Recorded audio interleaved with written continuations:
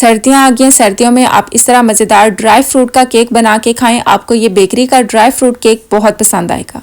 एक बर्तन में डाल देते हैं 2 रूम टेम्परेचर अंडे, 6 टेबलस्पून तेल, 6.5 टेबलस्पून चीनी।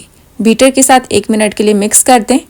मैदा इसमें डाल देते हैं आधा कप प्लस 2 टेबलस्पून और baking powder 1 teaspoon vanilla flavoured. बंद बीटर के साथ मिक्स कर लें ताकि चीज़ें उड़े ना।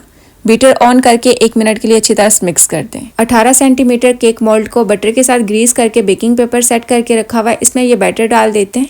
इसके ऊपर रख देंगे थोड़े से पिस्ते, थोड़े से काजू, थोड़े से अखरोट, थोड़ी सी काले रंग की किशमिश, थोड़े से बादाम और थोड़े से ड्राई फ्रूट्स। इसको बेक कर लेंगे प्रीहीटेड ओवन के अंदर 180 डिग्री पे रख के 20 से 25 मिनट के लिए। ये केक अच्छी तरह से बेक हो चुके हैं। अब इसका सांचा उतार देते हैं और बेकिंग पेपर भी निकाल देंगे और इस केक को मुकम्मल तौर पे सही से ठंडा करने के लिए रख देते हैं।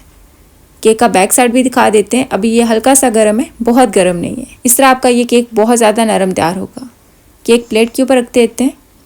इसके दरमियान में थोड़ी सी जगह बना लेंगे एक पीस चेरी का रखने के लिए और इसके ऊपर लगा देते हैं शुगर ग्लेस या फिर जैम का भी इस्तेमाल कर सकते हैं। इससे इसके ऊपर शाइन आ जाएगी और इसके ऊपर जितने भी नट्स हैं वो मीठे हो जाएंगे। आप इस तरह ड्राई फ्रूट केक बना सकते हैं। आपको ये सर्दियों में ड्राई फ्रूट केक बहुत पसंद आएगा। इस तरह आपका केक बहुत ज़्यादा नरम तैयार होगा। एक और केक का पीस तोड़ के दिखा देते हैं। आप इस तरह वनीला फ्लेवर के साथ बेकरी का ड्राई नट्स का केक बना के खाएं और अपना फीडबैक मेरे साथ ज़रूर शेयर करें।